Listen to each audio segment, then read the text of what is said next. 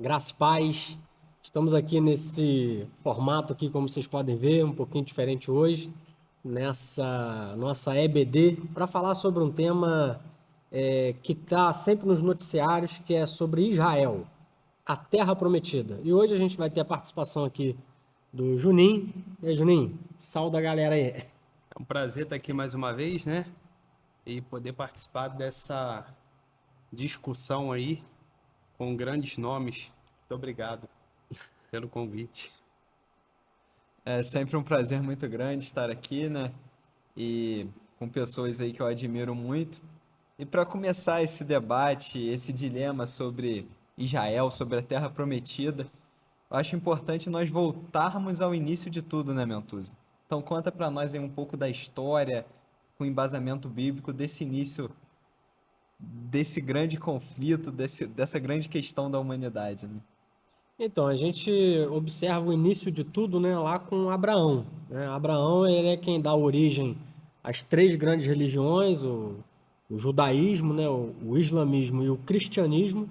Tem Abraão como o grande pai da fé, o grande patriarca, e é para Abraão que Deus vai fazer uma promessa de que ele seria dono de uma terra, né? Isso está lá em Gênesis 12, quando Deus chama ele para fazer uma peregrinação, ele diz: Olha, tá vendo toda essa terra aí? Tudo isso eu te darei. Só que o que acontece? Quando a gente olha, né, esses conflitos acontecendo hoje lá na faixa de Gaza, na Palestina, a gente vê a origem disso tudo lá em Abraão, porque Abraão ele recebe uma promessa, só que Abraão ele não confia totalmente em Deus. E aí ele tenta dar uma ajudazinha a Deus. E aí o que ele faz? Né, o que ele faz? Calma, você que já conhece essa parte da história aí. Ele faz Ismael, né?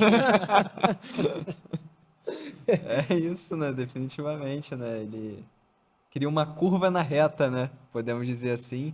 E isso acaba gerando grandes consequências aí para toda a Bíblia e até hoje, né? Nós vemos esse conflito aí é um fruto de uma impaciência ou de talvez aí uma insegurança que Abraão teve aí, né? Com Deus, com o Pai, né?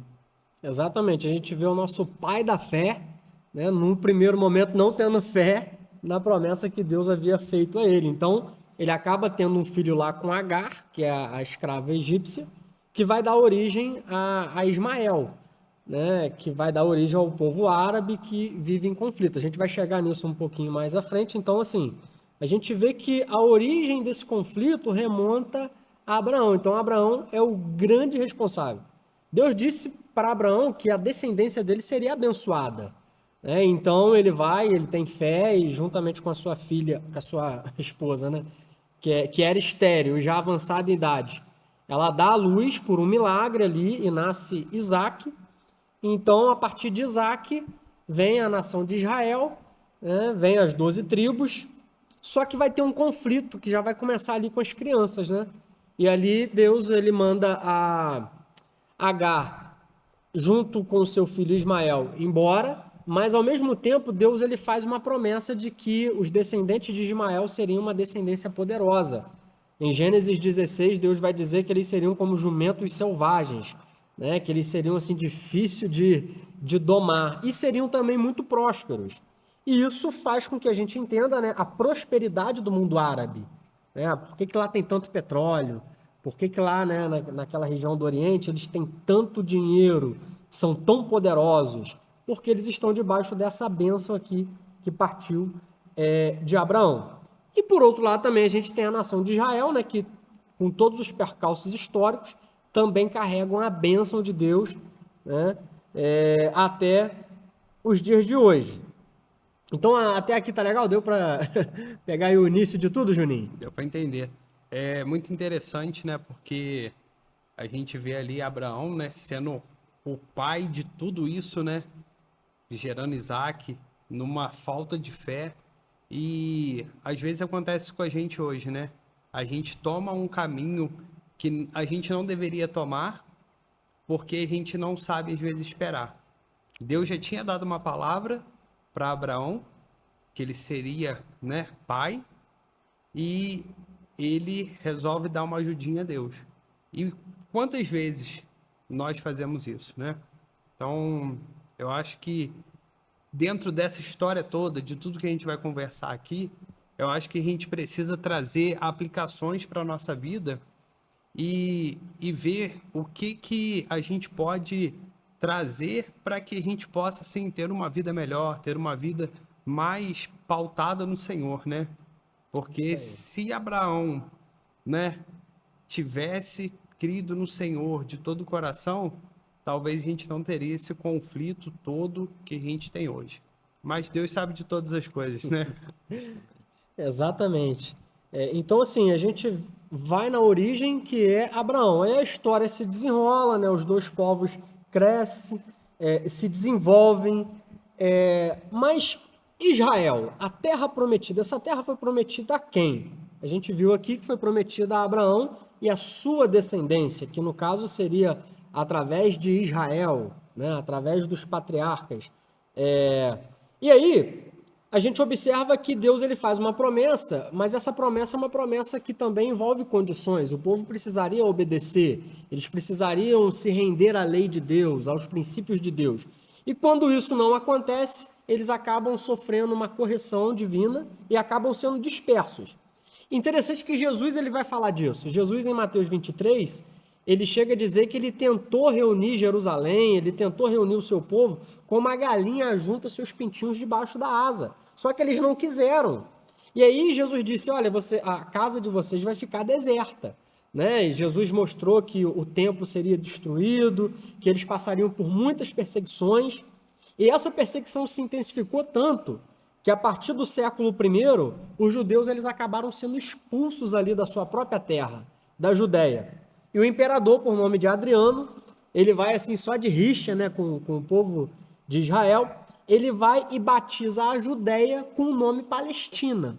Ou seja, aqui a gente tem a origem do termo Palestina, porque até então não existia esse nome. Era a terra de Israel, Judéia, né? Jesus, quando ele dá lá a comissão, ele diz, ide por todo mundo pregar o evangelho, né, a partir de Jerusalém, Judéia, Samaria, até os confins da terra. Essa era a nomenclatura ali das regiões, né, a partir de Jerusalém. Só que esse imperador Adriano, no ano 132, né, ali para humilhar os judeus, ele batiza esse lugar de Palestina, porque fazia um som lá que lembrava os filisteus, né? E aí, como ele sabia da história que os filisteus sempre tiveram em guerra com os judeus, com a nação de Israel, ele batiza então aquele território de Palestina. E dali começa a uma dispersão, né? Porque os judeus eles são expulsos da terra, eles começam a ir para vários lugares do mundo, e aquele território fica com alguns judeus habitando ali, né? No que ficou conhecido como Palestina. Ficam alguns judeus habitando ali, mas também pessoas árabes, pessoas descendentes de Ismael, começam também a circular como peregrinos ali naquela região, até que no século VI, né, surge uma figura enigmática, né? Assim como Moisés foi para a religião do judaísmo e Cristo foi para a religião do cristianismo, Maomé foi para o islamismo. Ou seja, surge essa figura aí enigmática no século VI. Então, a gente está pontuando, ó, o conflito começa em Abraão, no século I a gente tem a origem do termo Palestina, e só no século VI é que nasce a religião muçulmana, o islamismo, com Maomé, que vai ser um profeta, que ele vai fazer uma mescla ali dessas religiões, né? Interessante, uma curiosidade aqui para vocês, eu não sei se vocês já ouviram, que Maomé, ele era analfabeto. Maomé, ele era um profeta que não sabia ler nem escrever. Só que assim, falar isso para um muçulmano pode ser considerado até uma ofensa, né? Mas aí você vê a diferença de Moisés, que foi um grande legislador. A Bíblia diz que Moisés ele foi instruído em toda a ciência do Egito, né? Moisés era um homem capaz e escreveu praticamente a base do Antigo Testamento. No Novo Testamento a gente tem Paulo, que é um cara também que escreveu, né, boa parte do Novo Testamento, que era um cara qualificadíssimo, né, para aquilo. E aí a gente tem Maomé. E o que acontece? Maomé, ele tenta ali, quando ele tem as primeiras visões, ele tenta convencer alguns judeus. Mas como os judeus é um povo do livro que conhece a sua própria história, os judeus ali da região de Medina ali começou a zombar dele. Falou, ei, cara, essa história que você está contando aí, você está viajando. Isso aí não foi bem assim, não. O que acontece? A partir desse evento, Maomé ele cria um ódio ali dos judeus. Então, junto com um bando lá, ele começa a perseguir, ele começa a saquear. E daí nasce todo esse movimento islâmico, que vai ser um movimento assim, de guerreiros, né? Que vão saquear, que vão roubar, né? E aí começa os primeiros passos do Islã. E vai ter todo esse movimento que vai acontecer, o Império Turco-Otomano, que vai, assim, ter uma abrangência na Idade Média ali, né? Vai ter o período ali das Cruzadas, que eles vão tentar retomar Jerusalém. Na escola lá, você deve ter passado por isso aí há pouco tempo, né, Cláudio? Logo no início do ensino médio, a gente aprende um pouco sobre esse período, né? E o Oriente Médio, ele sempre foi e sempre é tratado, quando nós estudamos, como um local de muito comércio, de muitas trocas. E esse período histórico, né, ali do século VI até o século XV, mais ou menos, é tratado como um período que eles chamam, né, de Idade das Trevas, né? Porque não foi um período que a Europa ficou ali no centro, que a ciência se destacou. Foi um período mesmo mais arcaico ali da conversa boca a boca, de nem tantos avanços científicos como nós vemos a partir ali do surgimento do iluminismo e tal. É um período onde a religião tem muita influência, até as cruzadas, né? A Igreja Católica tenta retomar o controle, né, de Jerusalém, que estava sob o comando dos árabes, e não só a Igreja Católica em Jerusalém. Os árabes, eles tomam grande parte do território europeu, tem ali na Península Ibérica, na Espanha, em Portugal, há conflitos ali, até envolvendo um pouco o norte da África também, com os muçulmanos. Então, devido à grande importância ali realmente do comércio, da economia, o povo muçulmano foi se espalhando e gerando conflitos ali com os católicos, né? Que eram os cristãos da época, né? Sim, sim. É muito interessante essa parte, esse contexto geopolítico e histórico envolvente nessa época também. Interessante. E essas guerras todas que eles acabam fazendo a partir do Islã, eles têm uma ideia, né? E qual é essa ideia? Um pouco tempo atrás, eu me aprofundando um pouco mais assim no estudo do Islã, eu me deparei com esse livro aqui que é Os Segredos do Alcorão. Vocês conseguem mostrar aí, dar um foco aí nesse livro? O que acontece? Aqui ele mostra como que o Islã ele é mais do que uma religião. Ele é uma estratégia de dominação global. Eles têm uma estratégia, eles têm assim uma seriedade com que eles levam a cultura deles.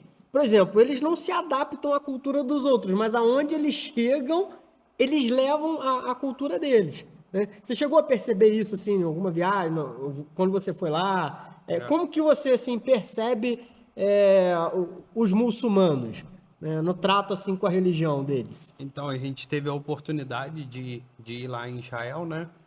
E a gente viu, assim, eles têm uma cultura, né? E como você disse, eles têm, vamos falar, um plano para fazer com que a religião deles se torne global. Eu me lembro de um episódio que a gente estava caminhando a caravana pela Via Dolorosa e eles estavam distribuindo Alcorão em várias línguas. Então a gente passou lá e eles estavam distribuindo Alcorão em português. Até acho que aqui na igreja nós temos um Alcorão em português que foi pego lá, né? E então, assim, eles estão traduzindo o Alcorão em outras línguas para poder levar para o mundo todo. E até queria te fazer uma pergunta Ótimo. a respeito do Alcorão. Você sabe a data, assim, mais ou menos quando foi escrito o Alcorão e por quem foi escrito o Alcorão?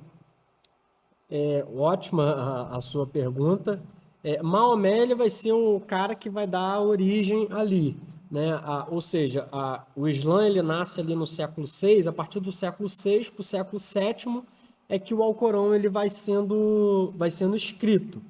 E interessante que assim, o Alcorão ele tem centenas de versos de guerra, né? Então assim, o Alcorão ele prega realmente uma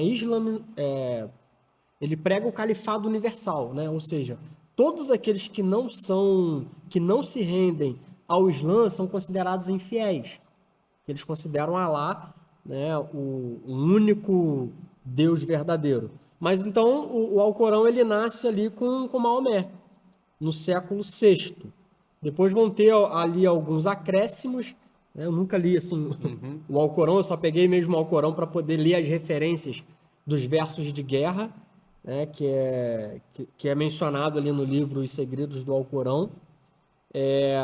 E assim, é um livro em que eles levam muito a sério. Eles levam, assim, tem uma devoção muito grande, né? E aí, diante disso tudo, diante de todo esse movimento aí, vai surgir um movimento, né, chamado o movimento sionista, né? Quando você ouve essa palavra sionista, Cauã, faculdade e tal, né, nos noticiários aí, o que você entende assim por sionismo? Cara, sionismo talvez me remeta um pouco ao Monte Sião, ali, os judeus, né? Talvez um movimento, né? O que é o ismo, da ideia de movimento, né? Temos vários movimentos que terminam com ismo ao longo da humanidade.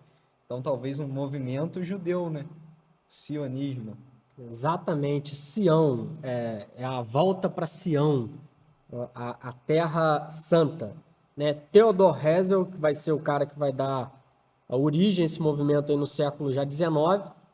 E qual é a ideia desse movimento? Esse movimento é a ideia de fazer os judeus voltarem para sua terra prometida, que havia sido prometida lá atrás, Deus havia prometido a Abraão. E esse movimento sionista, então, eles começam a se deparar com algumas profecias bíblicas de Isaías, de Ezequiel, mostrando que eles possuiriam a terra. E a partir desse movimento, eles começam a fazer essas voltas, né, para sua terra, de onde eles nunca deveriam ter saído, né? E lembrando que eles saíram por desobediência, eles saíram como consequência de terem transgredido, né, transgredido ali os princípios de Deus. E esse movimento sionista vai culminar ali no final da Segunda Guerra Mundial com o estabelecimento do Estado de Israel. E aí a gente já chega já nos momentos aqui atuais, quando em 1948 o Israel ali é declarado como nação, é reconhecida como nação diante do mundo todo. É lógico, os palestinos eles não vão aceitar, né? Os árabes que habitavam na Palestina, eles não vão aceitar, vão começar uma guerra contra a nação de Israel e essa guerra que perdura até hoje. Parece que chegou uma pergunta para a gente ali. Pode ler para a gente ali, calma, por favor? Por que o povo de Israel foi disperso antes do movimento sionista? Então, é o que a gente vem conversando. Ótima essa pergunta. Por que eles foram dispersos? Porque eles desobedeceram, né? O próprio Jesus predisse que eles seriam dispersos, que a casa deles ficaria deserta. Então, a consequência da dispersão foi a desobediência. Assim como o cativeiro assírio, assim como o cativeiro babilônico, toda vez que o povo desobedecia, eles eram dispersos, só que Deus prometeu que um dia eles voltariam para a sua terra, né? E isso vem se cumprindo através do movimento sionista. E essa própria desobediência gerou ao povo judeu várias consequências muito negativas, né, cara? Porque eles se espalham ali por toda a Europa e eles começam a ser perseguidos, muito por causa ali também da questão financeira, né?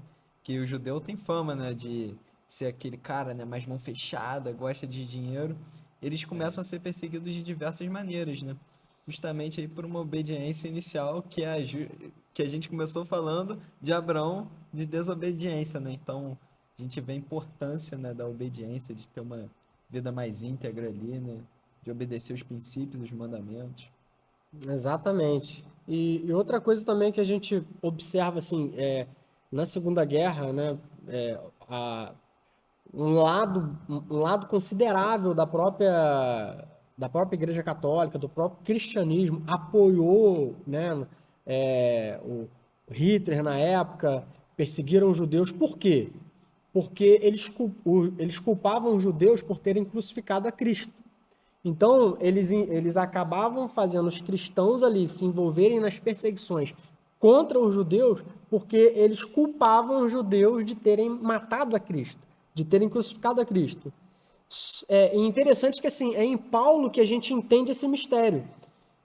Quando Jesus ele disse assim: abençoai aqueles que vos perseguem, bendizei, né? E não maldizei, abençoai aquele que vos persegue. Quem foram os primeiros a perseguir os cristãos? Quem foram os primeiros? Foram os próprios judeus. A gente vê nas viagens missionárias ali, Paulo tendo que fugir, chega em Tessalônica, os judeus perseguem. Só que mesmo eles perseguindo, mesmo eles debaixo de uma ira de Deus, Jesus já dizia: abençoai e não amaldiçoai. Por quê? Porque eles estão debaixo de uma bênção lá de Abraão. Então, assim, uma pergunta que fica, né? Como que, mesmo os caras sendo perseguidos, sendo destruídos, sendo roubados, né, sendo expulsos da sua terra, eles ainda conseguem prosperar? Como, Juninho?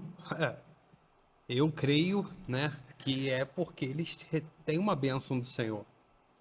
Eles têm uma bênção que foi, né, deixada lá e quando o Senhor promete, um dia vai se cumprir. Então, para mim, é porque as mãos de Deus estão ali naquele território, porque Deus, ele cuida de Israel, porque, né, foi dali que ele veio e a promessa que ele voltará em Jerusalém. Então, por isso que eu creio que aquela nação é tão abençoada. Um território físico muito pequeno, né? Sim, A gente vê sim. que um território físico pequeno, se eu não me engano, é do tamanho do estado de Sergipe aqui no Brasil. Então, os caras têm a melhor tecnologia, os caras têm treinamentos ali, o exército deles são um exército que é temido em todo o mundo e é uma nação muito próspera. Olhando pelos olhos humanos, ali pela visão geopolítica, é uma pergunta que é sem explicação, né, cara? Não dá para não relacionar uma coisa com a outra, porque é um território muito pequeno, é uma população pequena se comparado com os territórios que os cercam, né? E mesmo assim é um país extremamente próspero, com tecnologias absurdas, né? Claro que tem ali acordos ali de defesa com os Estados Unidos e tal, mas mesmo isso não justifica, né, o tamanho da importância do Israel território físico, né, para a humanidade, né? Muito interessante. Exatamente, ó. Chegou mais uma pergunta ali, ó. A prosperidade do povo de Israel tem relação com as promessas de Deus? Sim, né? As promessas que Deus fez a Abraão ainda estão valendo hoje. E Paulo vai falar disso lá em Romanos 11, que as bênçãos e os dons e a vocação de Deus são irrevogáveis. Então, o que Deus abençoou, ninguém pode amaldiçoar. A gente vê esse episódio ali no livro de Números, quando Balaque contrata Balaão para amaldiçoar o povo, né? O profeta Balaão, ele tenta amaldiçoar, mas Deus muda lá a língua dele e ele não consegue amaldiçoar. Aí ele solta, né? Ele solta uma profecia dizendo: eu não posso abençoar, eu não posso amaldiçoar aquilo que Deus abençoou. Então, assim, a nação de Israel, o povo de Deus, é uma nação abençoada, é um povo abençoado. Isso explica a prosperidade, isso explica a prosperidade em todos os sentidos, sentido tecnológico, sentido de avanço, né? A gente ouvia muito aqui em período, né, políticos e tal, falar, um líder nacional falando: olha o que Israel não tem e o que eles são, né? Eles não têm muito recurso, são uma terra deserta e os caras assim conseguem desenvolver tecnologia, conseguem fazer contribuições assim para o mundo fantásticas na área da medicina, enquanto a gente tem aqui, né, um país que tem tantos recursos e não vai para frente. Então, sim, existe ali a promessa e a bênção de Deus sobre eles. E aí já emendaram a segunda pergunta, né? Deus abençoa também os muçulmanos, ou eles estão sob a ira de Deus? Aí é que tá, por incrível que pareça, porque Deus ele abençoou Abraão, ele estendeu essa bênção também aos muçulmanos por parte de Ismael. Ô Gleica, pedi para você jogar na tela aí, capítulo 16 de Gênesis, só para a gente tá numa escola bíblica, né? Só para a gente dar uma fundamentação aqui bíblica, capítulo 16, versículo 10 a 12. Versículo 10 a 12 aí do capítulo 16. Juninho, o que está dizendo aí? Disse-lhe mais o anjo do Senhor: multiplicarei sobremaneira a tua semente, que não será contada, por numerosa que será. Disse-lhe também o anjo do Senhor: eis que concebeste e terás um filho, e chamarás o seu nome Ismael, porquanto o Senhor ouviu a tua aflição. E ele será homem bravo, e a sua mão será contra todos, e a mão de todos contra ele, e habitará diante da face de todos os seus irmãos. Ó, isso aí é uma profecia que se cumpre hoje no mundo árabe. Em toda a irmandade muçulmana se cumpre ali nos descendentes ali de Ismael, ou seja, o próprio Deus, através do anjo ali, mostrando para ela, olha, Agar, você pode ficar tranquila, que o filho que vai nascer de você, Ismael, vai ser um cara poderoso, vai ser um homem forte, vai ser um homem guerreiro, porque a mão dele vai ser contra todos, e a mão de todos será contra ele. E isso acaba contrastando com Israel. Quando a gente olha para Israel, a gente vê Israel no centro da história. Vou pedir para a Gleica colocar lá 2 Samuel capítulo 7, versículo 1. Vou passar aqui por alguns versículos só para a gente entender. Ó, o que está escrito aí, Cauã? E sucedeu o que, estando o rei Davi em sua casa, e o Senhor tinha dado descanso de todos os seus inimigos em redor. Aí, somente até aí. Só Inimigos até em seu redor. Em Em redor. redor. Ou seja, inimigos em redor. Se a gente pensar geograficamente, quem são os inimigos hoje em redor do povo de Israel? Porque aqui Davi, ele estava governando o reino que era toda aquela terra da Palestina, nesse período aqui, e ele já tinha inimigos ao redor, né? Quem são esses inimigos hoje que estão ao redor, quando a gente olha no mapa? Os árabes, né? Os muçulmanos, né? Justamente as nações ali, né? Síria, Exatamente. Arábia Saudita. Líbano, todo. Todos aqueles, se a gente olhar no mapa, todos aqueles que fazem fronteira, Egito ali, O Irã, né? Irã que tá, né? E interessante que assim, os inimigos em redor. Então, sempre Israel sempre esteve em guerra com os inimigos ao redor desde o tempo de Davi. Interessante que não sei se vocês viram a fala do primeiro-ministro de Israel, Benjamin Netanyahu, quando ele disse que ele iria perseguir as lideranças do Hamas, ele cita Davi. Quando Davi diz assim: perseguirei todos os meus inimigos até destruí-los todos. Netanyahu ele usa uma palavra que Davi usava para guerrear com aqueles que estavam ali ao redor. Mentuza, uma pergunta, né? Manda. A gente está falando dos muçulmanos e tudo mais, e a gente teve, né, essa invasão do grupo Hamas em Israel, né, no dia 7 de outubro, e a gente viu ali uma frieza muito grande desse grupo que entrou, matou diversas pessoas, né, aquela festa que estava tendo, aquela rave, e sequestrou, né, capturou várias pessoas e que estão até hoje, né, depois de um ano e alguns meses, né, um ano e um mês. E eu queria saber se o que o Alcorão prega a respeito disso. dessa guerra, de matar pessoas inocentes. Eles, né, como a gente falou do movimento sionista, né, eles costumam chamar os israelenses ali, os judeus, de sionistas, né? O Alcorão diz para exterminar o povo judeu? Como que é isso? É ótima a sua pergunta. Na verdade, assim, o Hamas ele é um grupo que eles seguem o Alcorão, mas eles têm um estatuto próprio, né? O Alcorão, sim, tem diversos versos de guerra que dizem que todos aqueles que não adoram Alá são infiéis. Só que como a gente vive numa democracia, você vê, todos os regimes ali é, muçulmanos são regimes ditatoriais, né? A gente não tem democracia ali no Oriente Médio. E tem a Sharia, que no Irã, por exemplo, o que comanda é o Alcorão.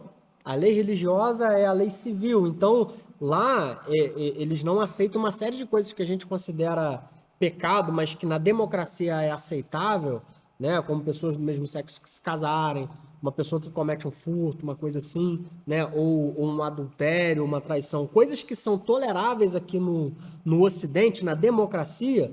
Nesses países onde a Sharia, ou seja, onde o Alcorão é a lei, é a Constituição, eles não toleram.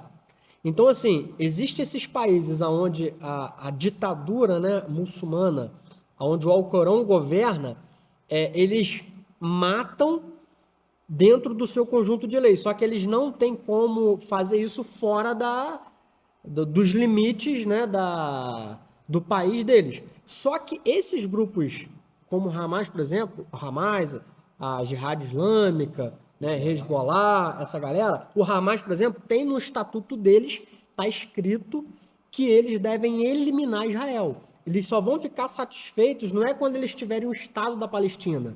Eles não aceitam dois Estados, né? Essa promessa, esse acordo já chegou a ser feito várias vezes, mas eles não aceitam.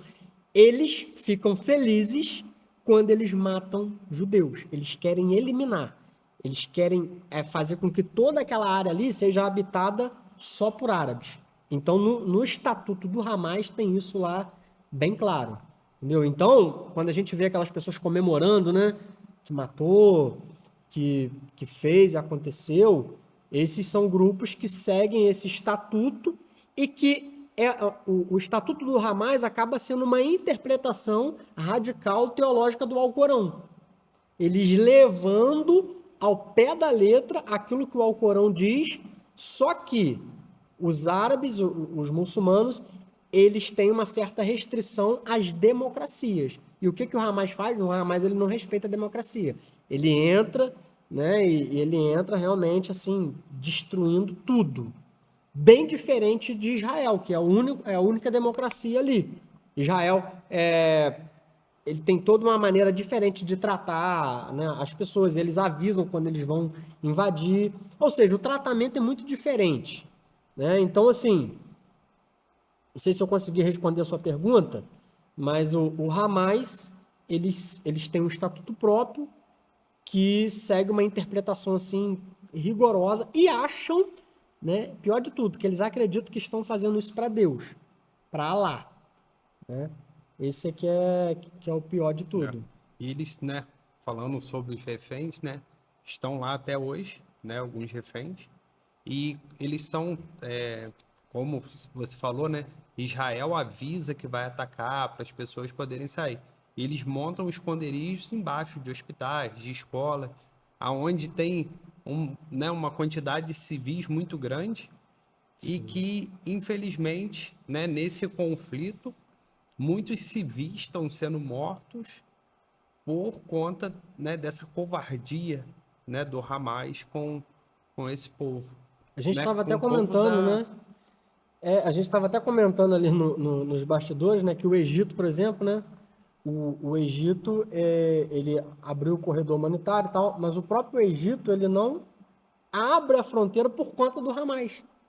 Eles também não querem receber esse grupo lá. Questão de território, né? Se eles quisessem apenas um território, olha o tamanho do Irã. Justamente. Olha o tamanho dos países árabes. Não era só dar um pedacinho de terra? Não é só o tamanho do estado de Sergipe que vai fazer toda a Né? diferença pro... Mas, assim, vamos mais uma pergunta. Ali, a guerra é muito mais religiosa do que uma guerra por território. Sim, exatamente. É uma guerra religiosa. Ali, eles estão realmente colocando em prática o Alcorão de maneira radical. Eles querem, através da guerra, né? E interessante que assim, e aí por isso que eles não temem a morte.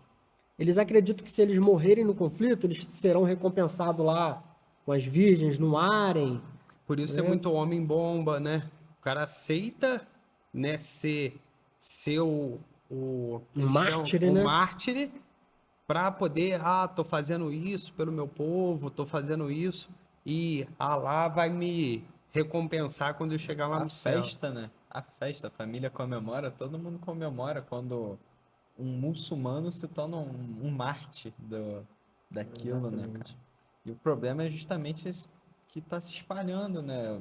Até pessoas de fora ali estão simpatizando com essas questões e ali entrando em grupos ali extremistas e os conflitos estão se globalizando, né?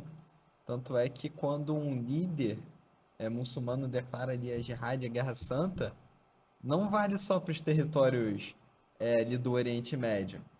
Quem se identifica com esses grupos que vivem no Ocidente, que vivem no Brasil, para ele está vivendo a Guerra Santa. É, Então é algo para a gente prestar atenção, né, cara? Essa crescente demais. demais, né? Demais. Ventosa, A gente, só para estar emendando isso que o Cauã está dizendo, a gente vê quantos movimentos a gente vê pró-Palestina, pró-Hamas, até que no Brasil mesmo, sim, em universidades americanas, em vários lugares, várias pessoas assim abraçando esse movimento ideológico, porque se tornou também um movimento político ideológico. é, e aí o que que acontece? É isso que você está dizendo. À medida que eles vão se tornando, vão tendo maior número de seguidores e de adeptos, eles vão para a rua para fazer revolução. Eles vão para a rua para fazer tumulto, né? E estão tomando a Europa, França, Alemanha, vários países lá que eles estão, né, ganhando cada vez mais território, que fazem muitos filhos, né? sim. Fazem muitos É filhos. o que eu ia falar, até que na escola bíblica passada, né, o pastor Marcos Matos Sim, sim. falou, né, a respeito do sertão e tal, que já tem muçulmanos chegando no sertão brasileiro, né, no Nordeste brasileiro. Então, eles estão, né, cumprindo o seu plano. E outra coisa também é que nós cristãos vemos muitos pais com medo do filho ir para a faculdade e lá eles se perderem. E a gente vê que, tipo assim, o muçulmano, ele incute a religião na cabeça do filho de uma tal forma que quando ele vai para a faculdade, ele não se perde. Vamos falar, ele evangeliza, né? Exato. Outras pessoas a estarem na mesma religião deles. Então eles estão assim tratando os filhos, né? Como você disse, fazendo muitos filhos. E hoje a gente vê um grande número de cristãos que não quer ter filho, que eu quero ter um filho só. E a gente não está reproduzindo novos cristãos e discípulos, né? Eu vejo que nós precisamos ser a luz para que o mundo veja que o Pai nos enviou, né? Sim. Então, que tipo de discípulo nós estamos deixando para esse mundo? Que tipo de filhos nós estamos deixando para esse mundo? São pessoas que vão continuar dando voz ao Evangelho, que vão estar proclamando o reino de Deus, proclamando que Jesus Cristo é o Senhor, que ele vai vir para libertar, que ele. Entendeu? Então, eu vejo que o muçulmano, nessa parte, ele está muito à frente dos cristãos. Como que você vê isso? às vezes na faculdade, em outros países, o que que você tem visto a respeito disso, Ventura? É muito boa a sua colocação, Juninho. Agora, tem um negócio, né? Eles oprimem. Eles não dão liberdade, eles fazem lavagem cerebral, eles não deixam que os filhos deles tenham contato com o YouTube, TikTok, fica assistindo futebol. A gente gasta a liberdade que a gente tem, a gente gasta muito tempo em entretenimento. A gente gasta mais tempo falando sobre coisas do mundo, do nosso cotidiano, do que sobre a Bíblia, do que sobre o estudo da palavra, né? Então, assim, a gente vê que a maneira deles pensar é muito diferente. Eles ficam ali fazendo a reza deles, o Alcorão e tal, eles estão fazendo a lavagem cerebral o tempo todo. Então, isso chega, de certa forma, a oprimir. Veja como eles tratam as mulheres, por exemplo. Né? Eles são, assim, extremamente, esse termo aqui acho que eu posso falar que até ajuda o canal, são machistas, né? são machistas, oprimem as mulheres. E olha como o cristianismo, qual é o lado bom, né, da nossa democracia? É a liberdade, é a leveza, sabe? Por exemplo, se a pessoa lá, ela decidir, né, dentro do Islã, ela decidir namorar com uma pessoa que não é muçulmana, ela é até expulsa de casa, entendeu? Então, assim, o trato é um trato muito rigoroso. Então, até que ponto é legal essa maneira deles evangelizarem, ganharem o mundo da maneira como eles estão fazendo? Porque Jesus, ele sempre coloca diante de nós a opção, até a opção de rejeitá-lo. Né? Ide por todo mundo, pregar o evangelho. Aquele que crê, né, e for batizado será salvo. Aquele que não crê estará condenado. Ah, se alguma cidade aceitar você, beleza, dorme com eles, come com eles, tenha comunhão com eles. Agora, se não aceitar, sacode a poeira do pé e vamos embora. Né? Então, assim, eu vejo que o lado positivo da democracia é a liberdade, sabe? A liberdade religiosa, a liberdade de cada um poder ter a sua crença, cada um ter o seu time de futebol, né? A gente tem igrejas abertas. Agora, nesse contexto muçulmano, eles não têm liberdade. É uma opressão total. É por isso que eu vejo que os países ali ao redor de Jerusalém, no Oriente Médio, são ótimos campos missionários, porque a partir do momento que o evangelho chega nesses lugares, as pessoas são libertas. Libertas desse regime opressor. Agora, o que eles têm de bom realmente é a disciplina. É a disciplina no livro sagrado deles. Será que nós temos tido a mesma disciplina? No nosso devocional, na nossa oração em casa, na nossa maneira de viver a palavra? Porque eu não tenho... Hoje, eu tenho uma consciência que eu não tenho medo do que o meu filho vai aprender no colégio. Por que eu não tenho medo? Porque eu sei que tudo que ele vê lá eu estou de olho. Assim como eu não tenho medo do que ele vai assistir no YouTube. Né? Ele não é privado dessas coisas agora. Tudo que ele vê, eu vejo com ele. Quando ele vê uma coisa que não é legal, eu corrijo imediatamente. Eu não deixo o celular de babá dele, entendeu? Como eu também não fico refém daquilo que vão ensinar no colégio.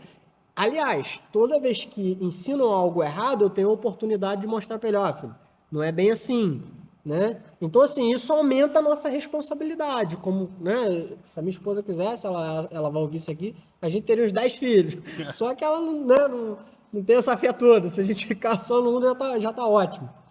Então, assim, o mundo, ô Juninho, ele acabou sendo configurado, quando a Bíblia diz assim, o mundo jaz no maligno, o mundo ele foi configurado para a gente não desfrutar das promessas de Deus, da bênção de Deus. Que se lá atrás a bênção era ter muitos filhos, hoje até os casais cristãos eles pensam, peraí, não posso ter muitos filhos porque é despesa. Né? A gente vive num mundo onde a mulher ela é incentivada a ir trabalhar, a lutar, ela não é incentivada a cuidar da casa. Então, assim, a gente vive num mundo que é contrário aos princípios da palavra de Deus. Então, a gente está nessa configuração e algumas coisas a gente não vai conseguir mudar. Né? Então, eu vejo assim, eu vejo que o de bom que a gente pode aproveitar deles aí é a disciplina. Agora, o outro lado, que é muito melhor, é essa liberdade democrática que Israel oferece. Você vê, quando lá no 7 de outubro aconteceu aquela invasão, pô, os caras estavam na rave. Os caras lá tinha homossexual, tinha pessoas de tudo quanto é tipo, tava lá curtindo, tava dançando. Não tinha gente religiosa lá, pelo contrário. Ou seja, para os muçulmanos isso é uma aberração. Tá acontecendo aquela festa lá onde rola bebida, onde rola pegação, como se fosse uma rave, né, que a gente conhece aqui, onde rola bebida, né, relações ali à vontade. Então, até o ato deles atacarem ali aquela festa, para eles é o seguinte, aquela festa ali é uma profanação a Alá. Então eles merecem morrer. Entendeu? Sobre. Você pode, não pode Não, falar. falar que sobre essa liberdade que Israel oferece, eu acho que vocês, quando foram lá, vocês tiveram uma oportunidade, né, de ver acho que foi uma parada LGBT, vocês chegaram a ver? Não, lá tem, né, você em Israel, em Jerusalém, você tem vamos falar, espaços separados, que é o lado judeu e o lado árabe. E quando você ia para o lado judeu, aí a gente encontrou que a gente estava lá quando fez a virada de ano deles. Então era festa, era comemoração, muito legal, assim, um ambiente bem gostoso, sabe? E lá também é interessante, porque aonde você vai, você vê homens e mulheres com um fuzil nas costas. O cara tá com a namorada no shopping, ele tá com o fuzil dele nas costas. Que eles estão preparados a todo momento para acontecer uma guerra, por conta do histórico que já tem. Porque lá todo homem que completa 18 anos e mulher, eles são obrigados a servir. O homem por 3 anos e a mulher por 2. Então eles chegam no exército lá e eles ganham um fuzil. E aquilo é como se fosse. Eles não podem largar. Parte da Eles vão vida para deles. casa, eles vão para o cinema, eles vão para o shopping, eles vão para onde eles estão com aquela arma junto com ele. Mas é um lugar, né? O lado judeu é um lugar que você vê assim uma tranquilidade, assim é um pouco diferente da nossa cultura, né? Mas é um lugar que você se sente seguro. A gente foi em 2019, se eu não me engano, e assim, não tinha guerra, né? Mas é um lugar muito seguro. Para a gente entrar, você chega lá, é um lugar onde eles fazem entrevista, eles veem quem está entrando.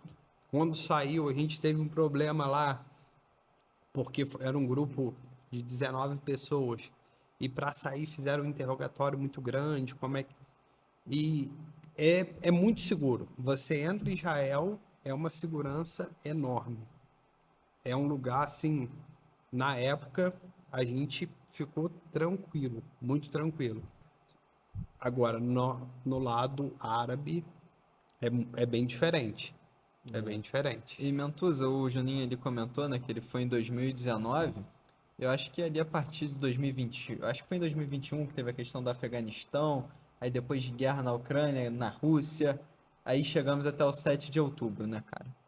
E como que fica as promessas bíblicas, a questão escatológica, né? Porque ali em Mateus fala de guerras, rumores de guerras, e sempre quando acontece algum evento desse, as pessoas já ficam desesperadas, já olham para a Bíblia, até quem não é cristão começa a olhar para as profecias. E como que fica essa questão aí, essa guerra em Israel, na visão escatológica? Assim, Israel, né, a terra da promessa, está no centro das atenções. Até se a gente olhar no mapa ali, Jerusalém, no globo, se a gente olhar no globo, Israel está no centro da terra. É impressionante. Até geograficamente, Israel ocupa o centro da atenção de Deus. Então, tudo que acontece lá, a gente precisa ficar atento, né? Porque Jesus ele profetizou que haveria guerras e rumores de guerra. E qual é a diferença de todas as outras guerras que aconteceram para essas guerras que está acontecendo agora, nesse exato momento? É a tecnologia. Hoje a gente acompanha em tempo real. né? Hoje a internet faz com que a gente acompanhe, quando a Bíblia fala assim, quando Jesus vir, todo olho o verá, ou seja, todos os noticiários estarão apontando para o que acontece lá. E é o que acontece. A guerra lá é notícia no mundo todo. Ah, e um detalhe interessante, né? Como que a mídia mostra esses conflitos que acontecem lá? Né? Quando a gente assiste televisão, como que eles mostram? Será que eles mostram realmente a coisa como é? Ou eles mostram com um viés ideológico, tentando colocar a comunidade internacional sempre contra Israel, falando que Israel atacou hospitais, escolas, como você já disse, né? Eles fazem esses lugares de escudo humano. Qual é a intenção da mídia? A intenção da mídia é fazer com que o mundo fique contra Israel. Por isso que foi tão importante lá nos Estados Unidos o Donald Trump ter ganhado. Por quê? Porque ele é um apoiador de Israel incondicional. Então, assim, aqui no Brasil atualmente, aqui no Brasil o nosso líder ele não apoia Israel. Pelo contrário, ele fica do lado, né, dos terroristas lá. Então, qual é o impacto disso para as profecias do fim dos tempos? É que o cenário já está todo montado, né? A gente está a ponto aí de desencadear numa terceira guerra mundial, né? De ter uma escalada. Só que essas guerras elas começam a aparecer para montar o palco para um camarada que vai ser o anticristo. O anticristo é que vai colocar trégua, vai estabelecer uma falsa paz. E para ele estabelecer uma falsa paz, precisa ter guerra acontecendo.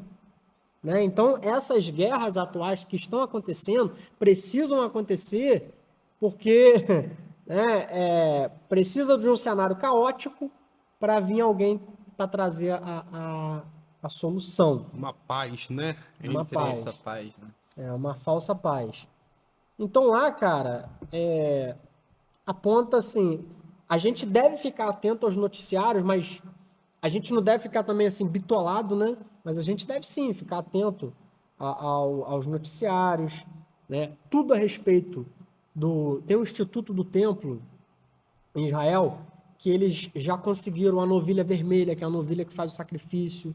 Eles já estão produzindo já os utensílios que será usado no terceiro templo, né? Tudo indica que o terceiro templo ele será construído ali ao lado do Domo da Rocha, né? Então vai precisar ter uma paz ali entre os árabes e os judeus, né? E estavam até para ter esse acordo de paz. A Arábia Saudita estava prestes a assinar um acordo de paz com Israel. E aí o que acontece? Hamas vai lá e invade para tirar a paz do negócio. Interessante, você falando dos utensílios, quando a gente esteve lá, a gente viu a menorá de ouro lá. Legal. A gente viu, tem até foto. E, né, você falando dessa preparação para o terceiro templo, a gente pôde ver lá que realmente eles estão se preparando. É uma menorá com 45 quilos de ouro. Olha só. Fica com um vidro blindado. Se você pesquisar na internet aí, você vai achar. E tá à exposição lá já, hein? Desde a época que a gente foi.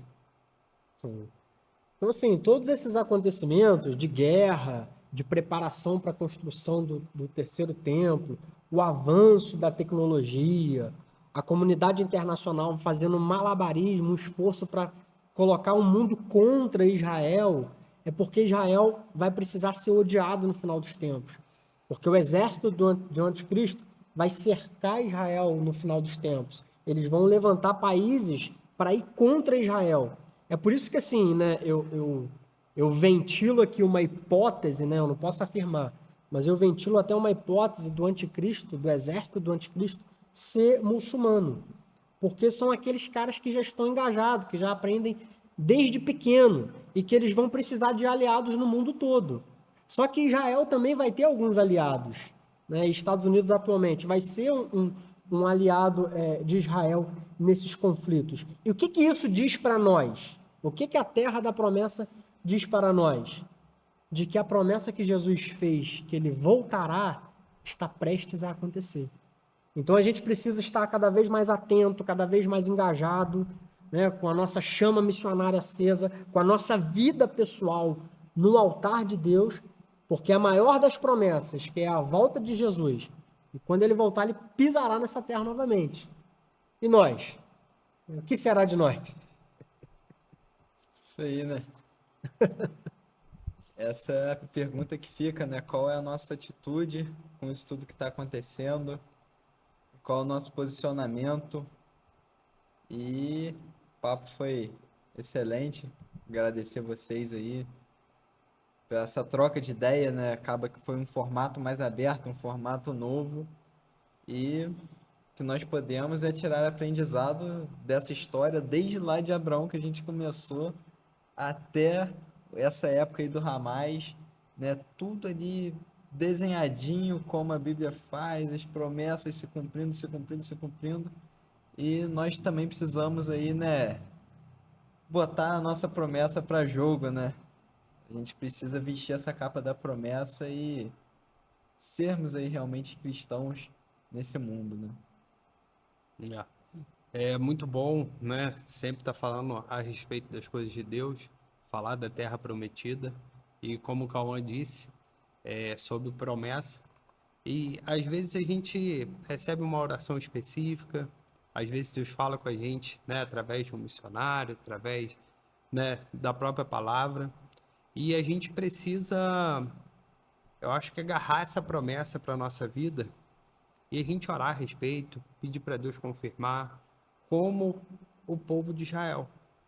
Agarrar a promessa, confiar, porque eles andaram lá no deserto 40 anos, né, para chegar até a terra prometida. Então, nós precisamos perseverar no que Deus tem falado, no que Deus tem nos mostrado, ser obediente, né? Porque sem Sim. obediência a gente não chega a lugar nenhum. Então, o papo foi excelente e a gente só aprende, né? Muito bom mesmo. Exatamente. Eu acho que a gente pode encerrar, né, com essa palavra, né, que não adianta ter promessa sem obediência, É né? verdade. Porque eles tiveram a promessa, mas desobedeceram, foram punidos, né? Foram dispersos pelo mundo e pagaram um alto preço e pagam até É hoje, verdade. né? Que a gente possa aí agarrar essas promessas e com a base na obediência, para que a gente possa aí atrair a bênção de Deus para nossa vida. Aqui a gente encerra. Juninho, pedi para você fazer essa oração de Sim. encerramento aqui, agradecer a presença de vocês aí. Amém. Deus, muito obrigado, Pai, por esse dia. Nós te agradecemos, Pai, no nome de Jesus, porque o Senhor tem nos guardado. O Senhor, Pai, tem prometido grandes coisas para o povo de Deus. E nós pedimos, Pai, nos guarda debaixo da sua graça, que possamos, Deus, ser obedientes, Pai, à tua palavra. Pai, no nome de Jesus, Pai, que nós te oramos e agradecemos, Pai. Amém. Amém. Amém.